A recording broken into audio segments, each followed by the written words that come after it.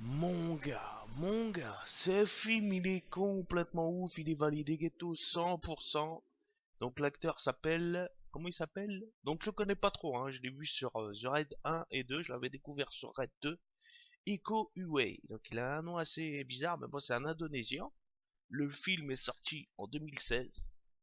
Donc il fait du pencak depuis 10 ans, depuis ses 10 ans, pardon. En 2007, il a été découvert par le cinéaste. Bon, c'est marrant, parce que ce mec-là, il était livreur de pizza avant d'être recruté, finalement, parce que le mec, il y avait un producteur qui cherchait quelqu'un pour faire du pencak pour faire un movie. Il a dit, bah, moi je suis là, je suis OP, et je suis partant. Mon gars, le film, il est complètement violent. Donc il est sanglant, il est comme la même partie que The Raid 1 et 2. C'est-à-dire ces boucheries, au niveau des armes, on aime sortir les couteaux, on aime balancer des balafres, on aime éventrer, on aime, comment dire, c'est du violent. Pour moi, c'est du Quentin Tarantino version arts martiaux. Tu vois ce que je veux dire? C'est boucherie ce film. Alors, moi je kiffe le délire, comme dans The Raid 1 et 2, tu vois, à chaque étage, il y a un boss. À chaque étage du montres, t'as du fight. Et bah Headshot, ça fait partie de la même lignée. Ça s'arrête pas. Dès que ça commence à combattre, t'as un deuxième boss qui arrive. Et ensuite un autre. Et ça s'enchaîne, ça s'enchaîne. Ce mec-là, Ico, t'as l'impression qu'il est tellement chaud qu'il pourrait faire un 24 heures d'endurance de fight.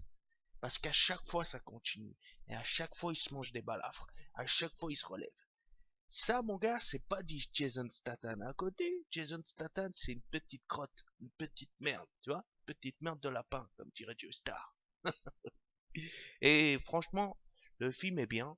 Bon, après, niveau scénario, bon, l'amour au début, c'est un peu cucu la praline. Tu vois, il est à l'hôpital, il se réveille du coma. Finalement, c'est l'infirmière qui tombe amoureuse de lui. C'est un truc classique, tu vois? Mais l'action, mon gars, ça rattrape tout. Ça rattrape tout.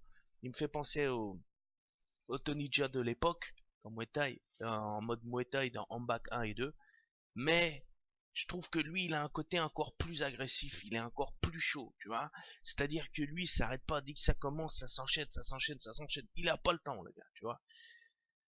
Donc apparemment, en plus de ça, je suis content parce qu'il y a un projet qui va arriver où il y aura Tony Jaa et Iko dans un film d'art martial. Ça va être complètement ouf. Ils vont faire ça et tout. Ça a déjà été préparé depuis un moment. Ça avait été tombé à l'eau. Puis finalement, ça va revenir. Ça va revenir à l'affiche encore plus fort. Donc c'est vraiment pas mal. Voilà, donc là, ça me fait penser aussi en mode Street of Rage. C'est-à-dire, tu vois, t'avances, il y a un boss, tu continues, t'enchaînes, t'enchaînes, t'enchaînes. À chaque stage, t'enchaînes. Et bah, Headshot, c'est ça. C'est dès que ça commence à fight, ça s'arrête pas. Il te ramasse des balafres à chaque fois. Donc en gros, le synopsis, c'est qu'en fait, il se réveille du coma, il y a l'infirmière qui commence à tomber amoureuse de lui, et lui, il a un passé un peu... En fait, c'était un peu le fils caché du daron, quoi, celui qui les exploite. Et donc il se rebelle, hein, tout simplement. C'est classique, mais ça fait le taf. Rien qu'au niveau de l'action, ça fait le taf. Ouais, non, il est complètement ouf cet acteur, dans la même lignée que du Jet Li ou du Tony Jaa en puissance 10. Je veux dire, ça s'arrête pas, ça enchaîne, les combats sont bien chorégraphiés. L'action, en plus, à chaque combat, c'est assez intense, ça dure longtemps. C'est pas genre un combat de 30 secondes, non. Lui, quand tu fais des combats, ça dure toujours au minimum 8 à 10 minutes de fight.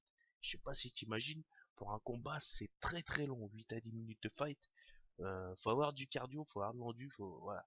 À mon avis, au niveau préparation et tout, des combats, il a dû en mettre des mois avant de s'entraîner pour faire ce film.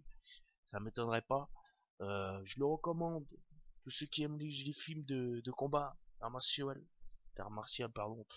Euh, Foncez, il est ouf. Il est ouf. Ça, c'est, je te dis, c'est pas du Jason Statham, tu vois. C'est pas, voilà, c'est, cet acteur, il est pas là pour rigoler. Il est pas là pour faire une partie de, je sais pas, de poker ou je sais pas quoi. Et il est là pour foncer, voilà. La fight 100%. Donc, ouais, franchement, pas mal du tout. Je le recommande. Voilà. Sinon, quoi dire d'autre sur ce film? Je crois que j'ai tout dit, hein. Ouais, j'ai tout dit. Foncez, mais foncez que pour l'action. Foncez pas pour le scénario. De toute façon, un film de combat, hein, tu vas jamais le regarder pour le scénario. En bac 1 et 2, c'était pareil.